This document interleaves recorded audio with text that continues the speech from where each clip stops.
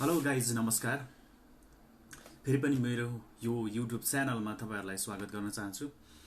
आज खास गरी मैले यो तपाईहरुले यहाँ देख्न सक्नुहुनेछ GoPro Hero 11 black creator Edison म चाहिँ आज यो अनबक्सिङ गरेर तपाईहरुलाई देखाउन गइरहेको छु।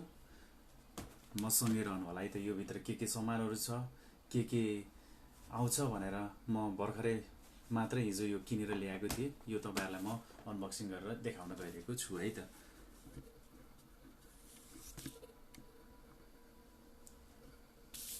अब यसलाई खोलौं।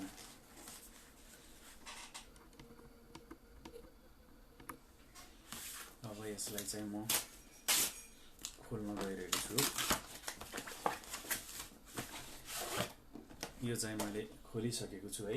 यो चाहिँ के छैन। यो खोलिसकेपछि यस्तो किसिमको एउटा GoPro को एउटा बक्स भित्र, बाहिरको कभर भित्र यो चाहिँ बक्स आउँछ। यो बक्स भित्र के छ अब चाहिँ खोलेर हेरौँ है त। खोलाएर ल हेरौँ है त। यस्तो छ GoPro को स्टिकर। अनि यहाँ ब्यागमा अन्य सरसामानहरु देख्न सक्नुहुनेछ तपाईले। टन्नै यहाँ स्टिकरहरु रहेको छ र GoPro सम्बन्धी सम्पूर्ण जानकारीहरु पनि यो बक्स भित्रको यो साइडमा चाहिँ तपाईहरुले देख्न सक्नुहुनेछ भने अब भित्र यहाँ खोलिसकेपछि सबैभन्दा पहिला म तपाईहरुलाई यो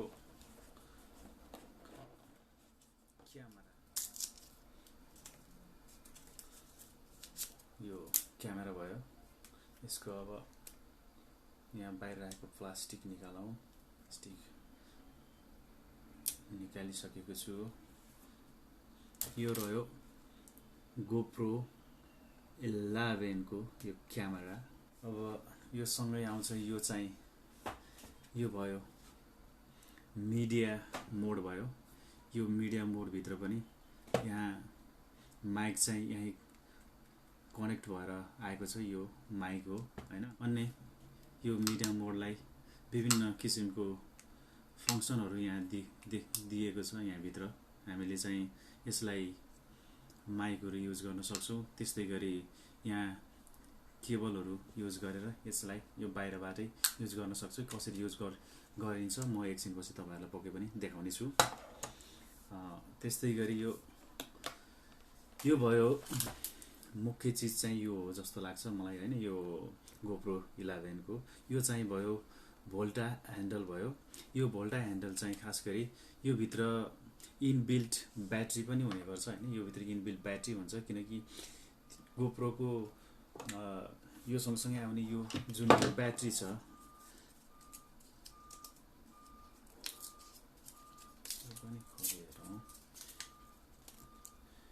यो भयो ब्याट्री। इन केस मैले एक्स्ट्रा ब्याट्री चाहिँ किनेको छैन किनकि हेर्दै गयो भर्खरै मात्रै मैले यो GoPro पहिलो फर्स्ट टाइम किनेको। अब के कसरी चलाउने खासै त्यस्तो धेरै ज्ञान त छैन। त्यही पनि सिक्दै जाउँ हेर्दै जाउँ भनेर यसो एउटा मनमा इच्छा भयो। त्यही भएर म किनेको। खास यो एउटा मात्रै ब्याट्री छ र ब्याट्रीको लागि खास गरी यो भोल्टा ह्यान्डलले चाहिँ यो इन केस यो ब्याट्री सकिसकेको अवस्थामा चाहिँ हामीले यसरी यो चार्ज गरेर यहाँ भित्र इनबिल्ट ब्याट्री पनि हुने गर्छ। त्यसैले हामीले यो मार्फत पनि हामीले चार्ज गर्न सक्छौं। यसको सबल पक्ष भनेको त्यो हो भने यहाँ विभिन्न किसिमको मोडहरु पनि दिएको छ। यहाँबाट चाहिँ हामीले ब्लुटुथ अन गर्न सक्छौं। त्यस्तै गरी यो यसबाट हामीले फोटो खिच्न भिडियो खिच्न पनि यहाँबाट हामीले ब्लुटुथ अन गरेर यसरी हामीले गर्न सकिन्छ भने त्यसै गरी यसलाई चाहिँ एउटा भनौं न सेल्फी स्टिकको रूपमा पनि मजाले यसलाई युज गर्न पनि सकिनेछ। त्यस्तै गरी यसलाई एउटा स्ट्यान्डको रूपमा पनि टक्क यसरी दुईटा खोलेर यसरी स्ट्यान्डको रूपमा पनि यसलाई हामीले युज गर्न सक्छौं। भएन त्यो दामी हैन। यो चाहिँ लाइट भइहाल्यो। ल है मैले चाहिँ लाइट यसरी यहाँ यो मिडिया मोडमा फिट गरे। अब यसलाई अन गरौँ है त। ल यो चाहिँ लाइट भइहाल्यो। यो लाइट चाहिँ विशेष गरी हामीले अलिकति अँधेरो ठाउँमा अथवा भनौँ न त्यति राम्रोसँग प्रकाश नआएको ठाउँहरूमा हामीले फोटो भिडियोको लागि यो लाइट चाहिँ हामीले युज गर्न सक्छौँ। यो लाइटको पनि हामीले यो बाहिरको कभर निकाल्यो भने चाहिँ यसरी यो लाइट चाहिँ युज गर्न सक्छौँ। र यो लाइटको पनि विभिन्न किसिमको मोडहरू हुन्छ, हामीले यसरी मोड चेन्ज पनि गर्न सक्छौँ है त। यो चाहिँ अर्को भयो, लाइटको अर्को मोड भयो। यसरी हामीले माथि क्लिक गरेर यसको मोडलाई चाहिँ यसरी हामीले विभिन्न किसिमको मोडमा चेन्ज गरेर हामीले आफूले सोचे अनुसारको भिडियो फोटो चाहिँ खिच्न सक्छ। यस्तै गरी अब यो भन्दा भित्र चाहिँ अर्को बक्समा चाहिँ के छ भन्दा यहाँ वायरहरू छ। यो डाटा केबल भइहाल्यो। हामीले यो ब्याट्रीहरू चार्ज गर्नदेखि लिएर हामीले आफूले खिचेको भिडियो फोटोहरू ट्रान्सफर गर्नको लागि दुईटा यो केबल छ। त्यस्तै गरी यो चाहिँ माइकको माथिको कभर भइहाल्यो। यसले चाहिँ हामीलाई भनौँ न आफू बोल्दाखेरि कुनै पनि आवाजहरू अलिकति क्लियर आओस् भन्नको लागि यो फर्म चाहिँ यसरी राखी ल यसरी यहाँ चाहिँ फिट भयो। मैले यहाँ यो माइकको लागि यो फर्म पनि फिट गरिसकेँ। यो मिडिया मोडको लागि भयो हैन। यो चाहिँ स्क्रु भयो, एउटा स्क्रु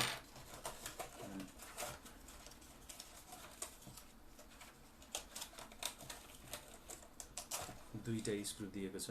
यो स्क्रु कुनै पनि ठाउँमा भनौँ न हामीले यो क्यामेरालाई चिप्काएर कुनै भित्ताहरूमा अथवा कुनै वालमा यसरी चिप्काएर हामीले सजिलैसँग आफ्नो भिडियोहरू खिच्न अथवा हामीहरू बाइकमा जाँदै गर्दा अथवा हामीहरू भनौँ न विभिन्न किसिमको हेलमेटहरूमा जुनसुकै ठाउँमा पनि यो हामीले युज गर्न सकियो। यो निकालेर जुन यहाँ चाहिँ गम हुन्छ चिप्काएर हामीले चाहिँ यसरी क्यामेरालाई चाहिँ युज गर्न सकियो। हजुर, गोप्रो हिरो 11 जुन ब्ल्याक क्रिएटर छ, यो भित्र यति सामानहरू चाहिँ यो बक्स भित्र चाहिँ हुन्छ हैन। अब यो क्यामेरा भइहाल्यो, यो चाहिँ क्यामेरा हैन, यो क्यामेरा भइहाल्यो। र यो क्यामेराको लागि मैले चाहिँ मेमोरी कार्डको पनि आवश्यकता पर्छ। यो मेमोरी कार्ड चाहिँ मैले छुट्टै एक्स्ट्रा यो जुन क्रिएटर एडिसन छ यो भन्दा बाहेक मैले यो मेमोरी कार्ड चाहिँ मैले 64 GB को चाहिँ मैले छुट्टै पर्चेस गरेर यो चाहिँ किनेको हो हैन। है त मेमोरी कार्ड पनि मैले खोलिसकेको अवस्था हो। यो मेमोरी कार्ड भयो। म यहाँ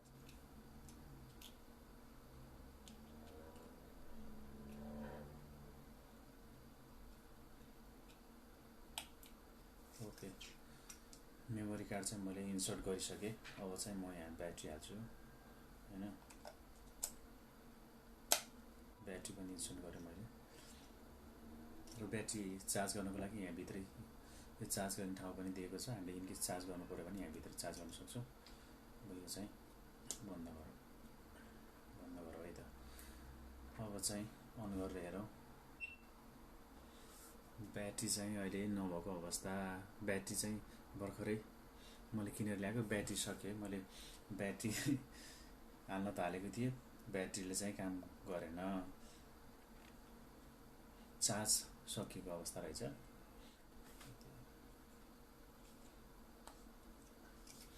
अब तपाईले चाहिँ यो उसलाई यो क्यामेरालाई चाहिँ यसमा एट्याच गर्नको लागि चाहिँ यो जुन हामीले ब्याट्री र यहाँ मेमोरी चाहिँ हामीले भित्र हाल्छौँ, यो ठाउँको यो जुन यो चाहिँ यसलाई चाहिँ हामीले निकाल्नु पर्ने हुन्छ हैन। यस्तो हल्का प्रेस गरेर हैन अर्को साइडतिर लग्यो भने यो निस्किन्छ। अब निस्किसकेपछि चाहिँ अब चाहिँ मैले यो क्यामेरालाई जुन यो मिडिया मोड छ योमा मैले आफ्नो क्यामेरालाई चाहिँ यहाँ कनेक्ट गर्न गइरहेको छु हैन। यो मैले खोलेर रेडी बनाएर राखिरहेको अवस्था हो।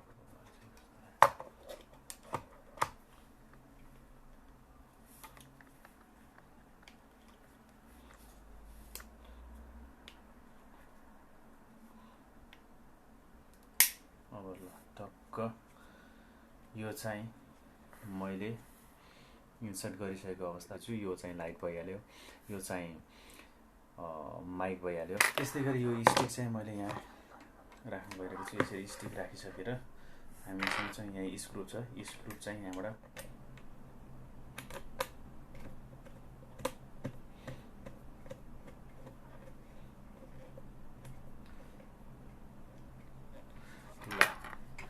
मैले स्क्रु पनि योमा कस्दिसकेको छु। ल भएन त, अब चाहिँ भएन गजब। अब जुन यो भोल्टा ह्यान्डल छ यो हामीले यसरी कनेक्ट गरिसकेपछि आफूले चाहिएको तरिकाले हामीले यहाँबाट भिडियोहरू खिच्न सकियो। त्यस्तै गरी हामीले आफूलाई चाहिएको खण्डमा यसरी स्ट्यान्ड खोलेर यो तरिकाले पनि आफूले चाहिँ यो आफ्नै तरिकाले राखेर यसरी भिडियोहरू बनाउन पनि सकियो हैन। यो कामको कुरो भयो। इनकेस ब्याट्री सकिएको अवस्था भयो भने यो ब्याट्री चाहिँ हामीले यहाँ जुन यो मिडिया मोडको यो साइडमा हामीले देख्न सक्छौँ। यहाँ कनेक्ट गर्नको लागि म कनेक्ट गरेर देखाउँछु है त। यहाँ टक्क अब यहाँ मैले कनेक्ट पनि गरिदिइसकेको छु। यसरी कनेक्ट गरिदिइसकेपछि आफूले चाहिएको जति भिडियोहरू हामीले खिच्न सक्यो। आफूलाई चाहिएको अवस्थामा फोटो पनि सेल्फी पनि हान्न सक्यो। र यो भित्र अब कुन कुन तरिकाले कुन कुन एङ्गल कुन कुन फङ्सनहरू छ यसको चाहिँ मैले अब यो ब्याट्री चार्ज गर्नुपर्ने हुन्छ। मसँग मैले चार्ज नगरिकन मैले तपाईँहरूलाई चाहिँ यो अनबक्सिङ गरेर देखाएको थिएँ।